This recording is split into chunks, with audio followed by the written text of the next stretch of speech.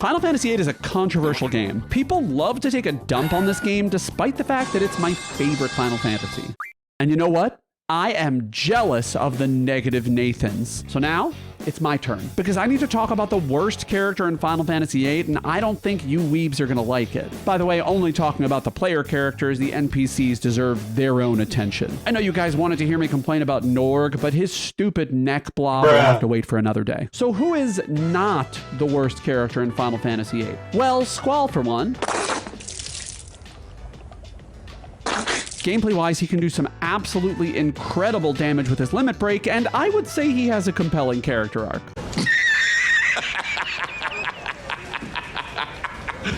Are you serious? He starts out as an emotionally stunted loner, and it initially seems like he's just an ass. But relatively quickly, it's revealed that his feelings are due to a sense of abandonment by Sis, who left him completely alone.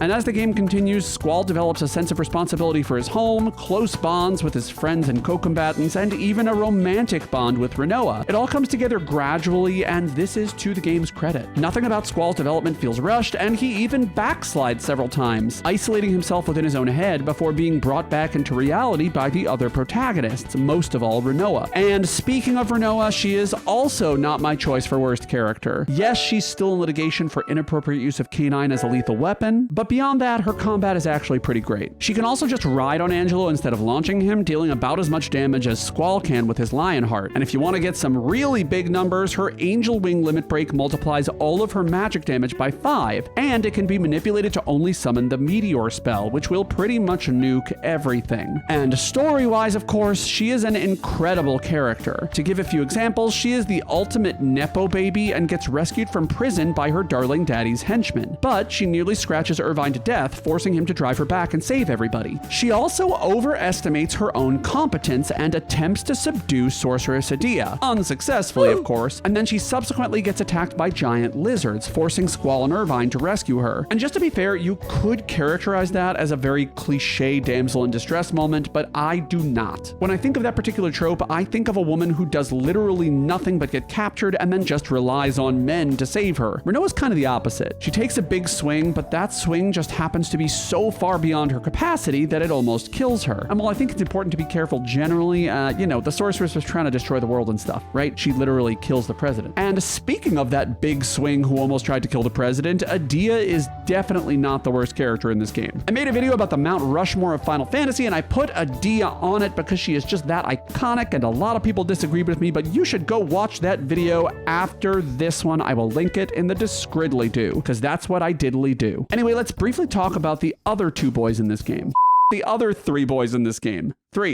There are three, because we're starting with Cypher. Cypher is a player character, but just barely, and he actually does a great job of driving the plot forward in a believable way. He's rebellious, he's belligerent, and dare I say he's actually pretty charismatic despite delivering Rinoa to Sorceress Adele so that they can fuse together. Weird, but hey, that's just how the cookie crumbles in this game, and I love cookies. His combat is just okay, but like you get to use him literally once, so it's fine. It doesn't matter. But the other two boys, their combat is actually what allows them to stay out of the bottom spot. Zell's got that BFE, big fisting energy. We're just done with phrasing, right? And can do essentially unlimited damage with the right setup of his limit break. And Irvine, while not quite as overpowered, has similar impact as long as you can get him some strong bullets, which should be pretty easy considering you can just refine them from cards. Story-wise though, I would say Zell is close to the bottom of the barrel. 5 of the 6 protagonists in this game grew up in the same orphanage raised by Edea, Zell and Irvine included. And Zell, well, he was just kind of there. He doesn't remember it because of GF-related memory loss, and I mean guardian force, not girlfriend, because we know Zell isn't getting a girlfriend anytime soon, especially not with those stupid tattoos. But Irvine actually does remember, because the garden he was raised at, garden being basically a home for orphans that provides mercenary training to children and adolescents. Listen, don't blame me for this. I know it sounds bad, but this is Sid's fault, not mine. The garden Irvine was raised in does not use GFs. Again,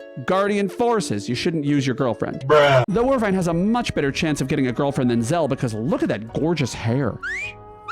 Irvine is the one that reminds everyone of the orphanage, driving the team to revisit their former home and resolve to save Edea rather than kill her. I mean, I'm editorializing a little bit, bear with. bear with. And given that none of these people are the worst character in Final Fantasy, we're left with two options, Quistis and Selphie. But those of you who are familiar with this channel and have watched me destroy Sorceress Ultimisia with one spell and know how much I admire Selphie for her single-minded focus on large vehicles know that she is not the one. Because not only is she delightful and impulsive, but she's also subscribed to this YouTube channel. Consider becoming a member for early access to my videos and also some private channels in my Discord server, which you should join regardless of whether you become a member. It's $5 a month, people. Come on. The worst character in Final Fantasy VIII is without a doubt Quistis. And listen, that makes me sad. When I started writing this video, I was like, yeah, it's Irvine. He sucks. Womanizer, womanizer. And then I started thinking about who really impacts this game in a meaningful way and also better Britney Spears songs. Also, who is actually a force to be reckoned with in combat. And listen, I love Quistis. I'm sad about this. Don't I look sad? No?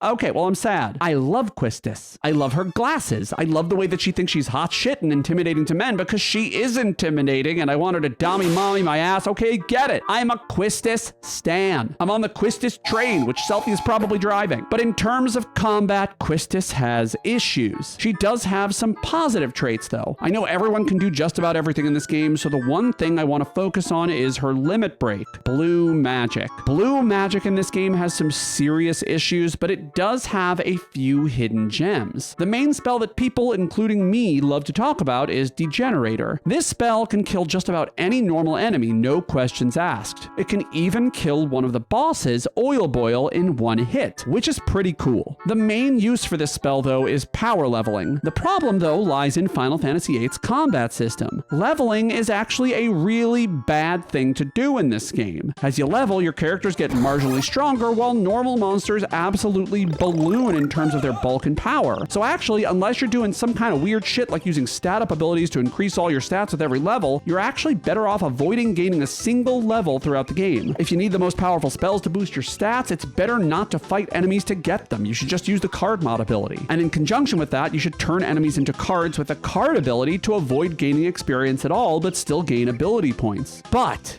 and it's a big but. I want to be absolutely fair to Quistis because while I do think she is the worst character, she does have some cool tools in her kit. With regard to using the card ability, she actually has another blue magic spell that nobody ever uses that can actually be really helpful in making this happen. Micro Missiles. This blue magic spell does fractional damage if the target is weak against gravity. And as long as Quistis has limit breaks available, she can use it freely. Now, depending on her crisis level, which goes up based on her health, status effects, and whether her party members are dead. I'm oversimplifying, guys. There's more to it than that. Just comment the full formulas if you really want them in the comments. I'm not doing it right now. Micro Missiles deplete somewhere between 50 to 93.75% of the enemy's health, and it guarantees that you won't kill them and accidentally gain experience. And relevant, the chance of the card skill working is basically a percentage based on the enemy's missing HP. That being said, yes, this mechanic is useful, but on enemies who are vulnerable to gravity magic, and Micro Missiles is gravity magic, you can just use an easily obtainable demi spell to do the same thing. Or just put the enemy to sleep and repeat the ability over and over. But Quistis can do this even though it's a tad cumbersome. Bad Breath and Acid can both inflict Vitality 0 at high crisis levels. That's one of the more useful status effects in this game and actually affects almost all bosses. Maybe all of them, I'm not sure. But summoning Doom Train is far more consistent and pleases Selphie. White Wind is cool, also known as Caucasian Breeze. It can restore a ton of health, but Selphie does it better with her full cure spell and also can remove status at the same time. And Mighty Guard can also be useful, I guess, except if Quistis is using it because she's in danger, she's probably going to die and should probably just kill stuff. And if she's not at a high crisis level, a lot of its more powerful buffs are just not there. But there is one more cool thing that Quistis has that nobody can replicate. If you're willing to grind and grab 100 curse spikes, the GF Siren, and this time GF definitely stands for girlfriend. Look at her. She can convert those curse spikes into a dark matter. This teaches Quistis Shockwave Pulsar, the ultimate attack of the final boss. And this is her only attack that can do more than 10,000 damage in one hit in the entire game. Granted, Dark Matter converts into 100 ultimas, so actually that might be more valuable, but I'm a completionist and I have to have the spell. Even though it can break the damage cap, will Shockwave Pulsar do that? Well, only if her crisis level is high, which will increase the power of the move. So overall, Quistis' blue magic kinda sucks. It's easier to control than many limit breaks because you just select a spell from the list. You don't have to hope that Lionheart activates. But in terms of damage, I'd rather just use Zell or Irvine. In terms of buffs, I'd rather just apply the buffs I want with auto skills or spells. In terms of debuffing, I just mainly want the Vitality 0 debuff. And in terms of weakening enemies to turn into cards, well, I'd like to demi more. And Selphie can just kill the enemy in a single hit with the end. But okay, what about her story? Well, as you might guess, I have issues with that too. I feel like she has a really strong start. The animation of her disdain for Squall's carelessness is an absolutely iconic cutscene. She womansplains GFs to you, but you can skip it if you want to. She kind of weirdly tries to seduce Squall in the fire cavern, even though she's his teacher, or maybe she's just bragging, I don't know. She has this heart-to-heart with Squall in the training center's hidden area, which she as a teacher I feel like should probably not admit she knows about, but like, I guess she's a cool mom, so whatever. But after that, she kind of disappears, reappears in Galbadia to tell you Cypher's going f***ing insane, and then doesn't really have much to offer in terms of plot. Okay.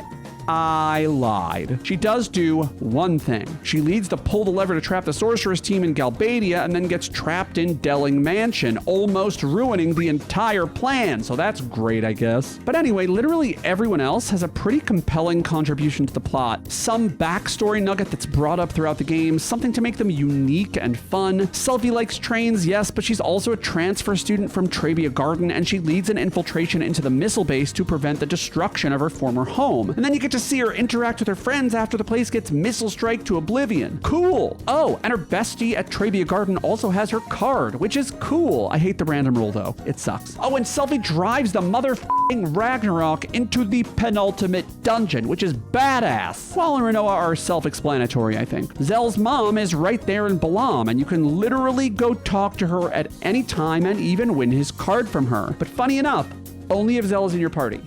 Nice touch. And Irvine, a character who joins near the tail end of recruitment, is literally the one who reminds everyone that they live together in an orphanage. I mean, okay, weak premise that the GFs cause memory loss and everyone forgot their childhood while we see Squall literally opining about cis every 5 seconds, but hey, that's the plot point, and Irvine has a significant story role, so that's cool. And Edea, I mean, come on, I'm not even going to explain why she's the worst. I mean, I already did, I guess, but whatever. But Quistis. First of all, her groupies in Balam Garden have her card, so that's a missed opportunity for something interesting. Like, we get it, she's hot and we all love that, and we get that they're obsessed with her, but like, why not have it be like her sister or something who's at Garden? Why not have her like have a connection at Galbadia Garden and that person has her card? I don't know, that would be interesting. But I think my problem with Quistis is that her entire role is to be like a big sister figure, maybe even mommy to Squall and the rest of the gang. But she's only a year older than they are, so by the time they're all met up and start doing the thing, that 1-year age gap basically means nothing. She does have one cool thing about her though, and that is that she's the president of the card club, but I feel like that's just yet another reminder that she's academically gifted. So basically reinforcing the one flanderized aspect of herself that we see throughout the entire game, and actually I should say that that represents some ludonarrative resonance, which I mentioned in another video. I love ludonarrative resonance. It's great. Although, is a card game academic? I don't know. There's one more thing, and it's that this video is finished, but you should go watch more of my Final Fantasy videos. You really should. It's good for you.